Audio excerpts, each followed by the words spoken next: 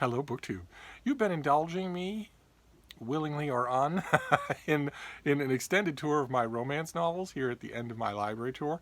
And I'm going to beg that indulgence a little longer, just for the rest of the week, while we talk in general terms, book by book, but not every book, of the romances that remain, and hopefully see a wide enough variety. We started out with the old-style Regency romances that I love so much. And I have hundreds of them. Thanks to some great finds and some generosity from you, I have hundreds of those. So it wouldn't make a lot of sense to go through every single one of them. So instead, I sort of wrapped that up and have gone on to Regency romances plus ordinary mainstream stuff, especially more recent mainstream stuff. Some of the stuff that I would have gotten here in the mail on this channel. So we're going to do that. We're going to go through those for a couple more days, and then we'll be done. So let's see. What is the first one here? Oh, okay. All right. This is Happily Bedded Bliss by Tracy Ann Warren, part of her Rakes of Cavendish Square series. We saw this. I showed you this. I pulled it at random off the shelf to show you the difference between this and an old-style Regency romance where the covers would not be so suggestive and where they wouldn't be. This is simply a photograph. This is simply, this one doesn't even have a token background. This is just two models in period costume giving each other the handsy-pantsy. So that you wouldn't find anything like that in the cover of an old Regency romance. Oh, like this. This is Margaret Westhaven. This is Four in Hand. These are there's a set in pretty much exactly the same time period, and the plots will be very, very similar. This one is, what have we got here? The plots will be very similar, but their suggestiveness will be different. That is the whole difference between them. When Lady Esme Byron happens upon a gorgeous naked man sleeping beside a secluded country lake, she can't resist the impulse to sketch him. Topless, maybe, in one of these, but not naked. But when her highly improper drawing is mistakenly revealed at a party, she finds her once pristine reputation in tatters. Gabriel, Lord Northcote, may be a notorious rakehell, but he is still stunned to find himself accused of despoiling a duke's daughter, especially since he never set eyes on her. When Esme's 6 irate brothers demand a hurried trip down the aisle, he has no choice but to comply. He thinks he can forget about his inconvenient bride, but Esme Byron is no ordinary woman, and Gabriel is about to learn just how unforgettable she can be. So the rompish side, the mistaken premises, the fact that the two of them will obviously, despite how they met and how they became married, will end up loving each other, genuinely loving each other. All of that is the same as in a book like this, except that, this is more explicitly adult, more explicitly playful. Whereas this, let's see what we have here for Four in Hand. Lady Jane Averham had been married once, and once was quite enough. Her late unlamented husband left her with wealth, position, and 2 daughters to raise. He left her as well with a delight in freedom after the constraints of wedlock. A thing that's much more accurate to the Regency period than anything you're going to get in these modern ones. Oftentimes, women who were lucky enough to survive childbirth and to survive their husbands, especially when they were still young, would resist all, especially if they had money. If they had money and lawyers and property, they would resist all efforts to marry again, because why would they do that? There's no upside for it. We get that even going back 1,000 years. The wife of Bath knew that perfectly well. All that was missing from her life was love, and the handsome, ardent Archibald McGowan was on hand to fill that need. Unfortunately, this marvelous man wanted her as a wife as well as a woman, and somehow Jane had to find a way to keep the primrose path from leading her to the altar. So you see what I'm talking about. The playfulness is the same, and that's that playfulness that I'm thankful to say has not changed in modern Regency romances, despite how much hanky-panky you have to put up with. And it's that playfulness that I come to these things for. It's what I love about them. And those of you who might be thinking, I know most of you aren't, but those of you who might be thinking, well, isn't that a little shallow? Okay, well, we just finished up NaNoWriMo, so I can't challenge you right away. But if you think it's easy to write such a thing, if you think it's a left-handed exercise that's shallow to enjoy and by implication shallow to create, try writing one that's effective next November for NaNoWriMo. Try writing the outline of one. Or if you think that the speed of NaNoWriMo renders the challenge unfair, start today. I volunteer myself as your first reader when you have a draft finished. I guarantee you, almost unconditionally, unless you're a natural, a diamond in the rough, you will fail. the ladies who wrote these romances worked hard at what they did, and it's no small effect. So anyway, I'm preaching to the choir here. Then we have Dorothy Mack. This is the unlikely chaperone. Another old style Regency romance, although his hair is getting a little bit into the late 80s. Is that what we have here? 1991. Okay, yes. So we got a little wham hair going on here. When Alexandra Farish had to shepherd her younger sister Dee Dee through a London sea. Sorry, I'm moving just a bit because the bean is nudging herself against my lower back to sleep, and also to let me know she's there. And in my own defense, I have to say that I wouldn't just be nudging a little, I would be being knocked right off camera if my Basset Hound Lucy had been doing that. Lucy did not suffer this sort of thing. As you can see, if you look back at my older videos, Lucy is a very old dog in some of them, but she's still alive, and you can see that she pretty much has to be on top of me in the video or right next to me. But this business of not being the focus of my attention, no. Anyway, there was no problem finding suitors for Dee Dee. Every man who met Dee Dee became a slave to her sensationally stunning beauty. Dee Dee's list of instantly captivated conquests included even the magnificent Marquis of Malvern, the most irresistible lord of London. Alexandra should have been dutifully delighted for her sister, but the call of duty was no match for the siren song of love. Dee Dee will be okay. She's going to have to do without the Marquess, I think. Okay, here we have a modern Regency. I wonder if this one even goes so far as to give us a date. A lot of them don't. A lot of them don't even bother. This one does, 1806. And this is by Sabrina Jeffries, who is great. I love her. She's fantastic. This is a hellion in her bed. And it is just explicit. It is a man on a bed in a state of advanced undress. He's also in a state of advanced 20th century workout shape, right? I mean, no one in the Regency looked like that. And more importantly, if it's not just because they didn't have Soloflexes or pre-workout or human growth hormone or anything like that. It's that if somebody had looked like that, they would have been considered a bit of a freak. That is a 20th, late 20th and 21st century aesthetic that's looking at you right there that you can't take your eyes off. That's a modern aesthetic. If a lord, do we have a lord here? Lord Jarrett Sharp. If Lord Jarrett Sharp had actually looked like that, it would have been a scandal, because the one and only thing that everyone in his social circle would have thought as soon as they saw him, especially if they saw him unclothed, would have been that he was a laborer, a day laborer, a coal shoveler, or bricklayer, or something like that. Something just totally unacceptable socially. It'd be the same thing in the Regency period in 1806. It would have been the same thing if you'd had a 20-something young woman who was in perfectly honed physical condition, maybe kept her hair cut a little short for kickboxing practice 3 times a week. She'd have been a social outcast. Not that I'm complaining, mind you.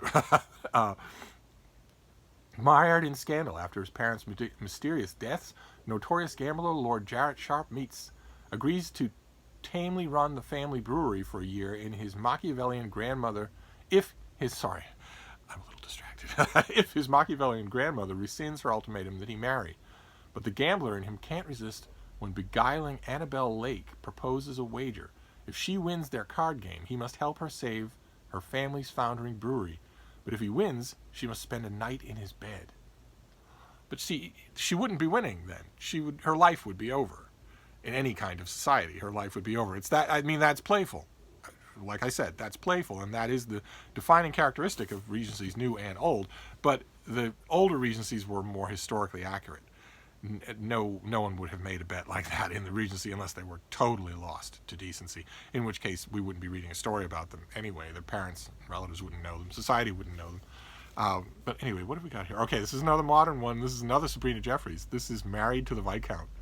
And once again, you can see we might have the faintest glimmerings of a normal Regency background painting, but these are 2 actors. And she is in a state of almost topless undress, and he is a lavish YouTube bodybuilder, and they're the same age. So you're in a modern Regency. Abigail Mercer was thrilled at being reunited with Spencer Law, whom she met once and later married by proxy. But now Viscount Ravenswood denies all knowledge of their union. Too many witnesses have made it impossible for the secretive Spencer to reject his bride without causing a scandal. So he has proposed a marriage in name only until they can locate his mysteriously absent younger brother, who is responsible for everything, and untangle this messy affair. But of course, they will end up loving each other, so they won't need the younger brother to fix things. What have we got here? Okay, this is Nicole Jordan. This is The Art of Taming a Rake. Once again, we have, this is a modern Regency romance, and you can tell right away, because not only are the two, is this a photograph, and not only are the two of the same age, but on this cover, they are in mid-coitus, which is not anything that you're going to find on these covers. That's not even close. Nothing like that is going to be even suggested, much less happen. Despite his notorious reputation, Quinn Wilde, Earl of Traherne, has mostly honorable intentions. So when beautiful Venetia Stratham boldly enters a gentleman's club demanding that Quinn stop courting her sister, he does what any bachelor would do. He kisses her. With her sharp wit, intoxicating passion, and surprising vulnerability, Venetia is irresistible, except for all this nonsense about threatening to shoot Quinn. That's another thing, that another element that you get in these modern Regencies is that the women are far more conforming to a 21st century idea of capability. They don't faint at the drop of a hat. They are perfectly capable of shooting someone to defend their family honor, or even for fun. They can ride to hounds far better than a lot of, like for instance here we have, by Gail Buck, we have A Magnificent Match. This is from 30 years before any of those modern ones.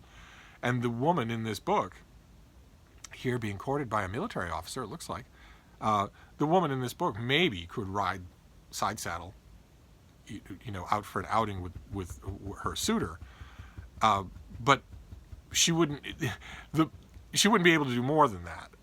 And it would be unseemly if she did. You have to remember, if you're thinking of historical precedents here, and you're thinking, well, wait a minute, aren't the novels of Anthony Trollope full of women from the horsey set, women who are out riding tirelessly to hounds all day long? And you have to remember, that's 100 years after this, 100 more years after this, and those women are uniformly subjects of comedy in Trollope. It might be lost now. The comedy might be lost on a 21st century audience, but he is mostly making fun of them behind his hand. So it isn't anything that would be attractive to the women in these books. Let's see here. It was a scandal. Although Megan O'Connell was quite beautiful and already 19, she would soon be on the shelf. That was the Regency term for a woman who had too many unsuccessful London seasons, who had not managed to find a husband by the age of 25, at the most. Living a lonely life in rural Ireland was a far cry indeed from the exciting prospects of a London season. I've lived a rural life, a lonely life in rural Ireland, and I had a wonderful time. Except for one particular day. My beagles and I, we had an old stone cottage right on the coast in Donegal, and there was one particular day where we were looking out. I was looking out over the ocean. And I could see the storm that was coming, and it was as big as a continent. It was as big as a continent. I had plenty of time because, I had time enough to prepare, but that was a little rough. Let's see here. When Megan received an invitation to visit St. Petersburg and devised a clever ruse to escape her domineering father, good Lord. And in St. Petersburg, she meets the dashing Prince Mikhail Kirov. Wow. Okay, that's unusual on a couple of fronts. First, she's in Ireland, not London, and second, she goes to Russia. Wow, that's interesting. I'll have to get to it. But that's what all these videos do. They make me want to read all of these books. Okay, this is Lisa Kleypas, an author I love. I've shown you this book before. This is Hello, Stranger. And there she's wearing black and white, which a Regency bride would never do. But I don't know if a Regency woman would never do. This is set in 1876. No way on earth. And this is The Step Back, which does have the bits of background, but it's mainly just more coitus. It's completely explicit. Okay, then we have a completely contemporary. This is not just a contemporary Regency. This is set in the modern day, cell phones and TV and whatnot. This is Helena Hunting. This is Shacking Up. I believe this is the second book in a series, and I think I read the first book and liked it enough to get this one. Yeah, I think the first one was Hooking Up. I'm not really seeing it here, but I think I liked it, and this is just these things we're not talking about any kind of change in contemporary aesthetics. These things are all completely suggestive. They're completely fun. Although the characters are often, as I mentioned the other day, the characters are often more broken psychologically and personally than anybody that you'll get in a Regency book. Trauma, post-traumatic stress disorder, violent deaths in the family, that sort of thing are sometimes common in these books. But I do get contemporary romances in an attempt to broaden my palette and see. I admit I have a sweet tooth for the historicals, and there are two things that you can say about that. Once you've admitted that you have a sweet tooth for something, there are two things that you should do.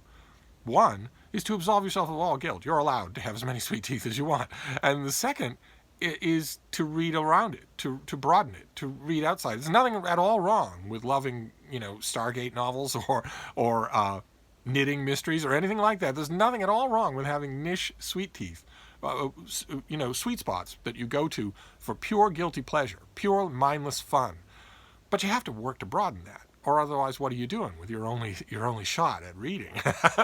And this is another one. This is Helen Kay Demon. This is Her Other Secret, another contemporary novel that I think I got in the mail. This is he's on a seaside. He's wearing jeans. He's wearing no shirt, and he's wearing big ostentatious glasses. So he is probably, underneath his 4-hour-a-day workouts, he's probably some sort of nerd. Whitaker Island is more than a getaway. For Tessa Jenkins, the remote strip of land in Washington State is a sanctuary. Fleeing from a shattering scandal, she has a new name, a chance at a new beginning, and a breathtaking new view. Hanson Rye. It's hard not to crush. That's a verb. It's hard not to crush on Whitaker's hottest handyman. At 6'3" and all kinds of fine, he's also intensely private, and the attraction between them simmers dangerously out of control. So he's a handyman. Don't know what he's doing with Clark Kent glasses. Okay, this is Harlequin romance. This is I mentioned the modern Harlequin do. One of you actually sent me a link. Very, very much appreciated. Sent me a link to the current incarnation of how you would subscribe to Harlequin Romance's historical novels every month. I think that'd be a fun thing to do. I'm going to have to click on that link and check out the details. The main thing being, do they offer any kind of discount? I bet they don't. But it doesn't really, in this case, it doesn't really matter. I would say ordinarily that would be the main thing because I get an employee discount at Barnes & Noble. That's fairly substantial. And so my thought maybe 30 years ago would be, well, is their discount better? But it doesn't matter because my Barnes & Noble doesn't carry Harlequin historicals. But Harlequin makes a whole bunch of other things too. If you watch Sarah, my sister from another mister, my Canadian soul sister, and her channel Steeped in Books is all about romance. If you don't watch it, you should. She's wonderful company, which is the whole point of BookTube, I think, at least this little corner of BookTube that we have. I think the whole point is that you don't have to be interested in what the person's talking about. You just want to spend time with them. But I think I saw this book on her channel because this is Harlequin Love Inspired, which I think they're vaguely Christian, if I remember correctly. And I would never have, probably never have even noticed this. But something about the cover struck my eye. It could be the horse. This is Healing the Cowboy's Heart by Ruth Logan Hearn. Horse breeder Isaiah Woods can't believe his only ally in helping a neglected mare is the descendant of his family's bitter enemy, veterinarian Charlotte Fitzgerald. Despite the feud, Charlotte risks everything to save the horse. But as she falls for Isaiah and the orphan niece and nephew in his care, the mare isn't the only one who needs saving. I haven't read this yet. I got this a while ago after I saw it on Sarah's channel. I think that's where I saw it, but I haven't read it yet. So it's just sitting here. Then this. Okay. This is a Heartbreaker Bay novel. This is Jill Shalvis. This is wrapped up in you. Jill Shalvis is a contemporary romance author that I've never heard anybody doesn't like her. Anybody who reads in romance, I've never heard anybody that doesn't like her. There's a channel that I've watched forever. Is it Jen Likes Audiobooks? She reads a lot of audiobooks, and it's a really good channel. I might be getting the name wrong, but I'll try and remember to leave the link down below. She's fantastic talking about the books that she encounters, whether she encounters them in printed form or in audio form. years ago, she struck me by mentioning several times in videos, if I'm remembering the right person, several times she mentioned that she loves Jill Shalvis. And Sarah at Steeped in Books also loves Jill Shalvis. And I realized once I heard all those testimonials that I have never not enjoyed this author. But recently I have read, I get her, this is Avon? Yes, I get her novels in paperback from Avon. And I've been reading them with a little more attention, a little more, not attention, but your antennae are up a little more once people whose opinions of books you respect mention something, and that's one of the joys of BookTube. And I've been liking her a lot more. So, okay, this is another contemporary. This is The Highlander's Christmas Bride by Vanessa Kelly, and there he's got his kilt on, even though he's in the parlor with the fire going, and that's a Christmas tree in the background. Yes, it is. He also has his leggings on and shoes. I don't know. Oh, it doesn't matter. No one's looking at these pictures for accuracy. But this is another in my ongoing attempt to like Highlander mysteries as much as other people do. I just don't seem to be able to do that. I like them fine, but not anywhere near their devoted fans. Then this is Carrigan Burn. This is the first in a new series, How to Love a Duke in 10 Days. And we have a hint at a normal. This won't even have a date in it, I'm sure. No, 1880. So, we're in the Georgian period, and we're approaching the Victorian period. And you've got the hint of a castle in the background, but what you really have is a topless man, a half-naked man out on the Scottish heath, which is ridiculous. But nevertheless, okay. All right, this is the mass market. This is Avon as well, I believe. No, this is St. Martin's. I get, sometimes from St. Martin's, I get trade paperback advance copies of books that are going to come out in mass market, and that happened in this case. This is Highland Jewel by May McGoldrick, and there's a fairly sedate cover. I mean, he's holding on to her in a way that he wouldn't do it, but at least there's no semi-nakedness. And this is, I believe, a modern Highlander. A trained officer with the Royal Highland Regiment, Neil Campbell has spent his entire life serving the crown. Battle-weary and searching for peace, he wants nothing to do with trouble until he meets Maisie Murray. But unless Neil and Maisie can find a way to stand up to the destructive forces that threaten to divide them, long-buried secrets and political schemes are destined to stand in the way of the glorious love they've found. So is this isn't, if I remember correctly, this is not a Regency. 1820. So, all right, let's move on. We're almost done. This won't be a long video. Okay, great. This is older. This is an older book. 1999. This is a zebra romance. Good Lord, they're the ones that had the holographic mirrors on the front cover. That'll be dating me. And this is Lisa Higdon, Unforgiven. And you can see this is a Western. I mean, granted, she's pulled his shirt entirely off, but he's got his hand on his 6-shooter. And he has very much a 20th century body. No doubt about it at all. And every once in a while, when I find, and I can't imagine what attracted me to this cover, but every once in a while, I don't think I have any other cowboy romances. There aren't as many that are made anymore. Modern day cowboys, pickup trucks, cell phone reception, that sort of thing. But Old West cowboys, if I remember correctly, if I'm reading it correctly, the genre tends to steer clear of them nowadays. Don't quite know why, except that you can't have old-style Wild West cowboys without having old-style Wild West Indians, and that is now a totally vexed subject. Once upon a time, half the romances that came out in any month would be Cherokee this and Comanche that, but not anymore. Okay, then this next one is, we go back, we're going to finish up with 2 Old Cygnets. This is The Notorious Nabob by Sheila Walsh, and they are not in London. Looks like they're in Brighton. Let's see here. Lady Olivia Egan was the daughter of a duke, but she had fallen far from that high estate. Only by wedding could she climb out from under her late father's mountain of debt. Her choices were dismal. There was vastly wealthy and boring Mr. Antrobus, out to buy a titled bride. There was debauched Sir Greville Barton, hungering for a young beauty, but even they seemed better than the one man who made her heart beat faster. Damien St. Clair had fled to India, hence the Nabob, under a cloud of scandal, and returned with a fortune shrouded in mystery.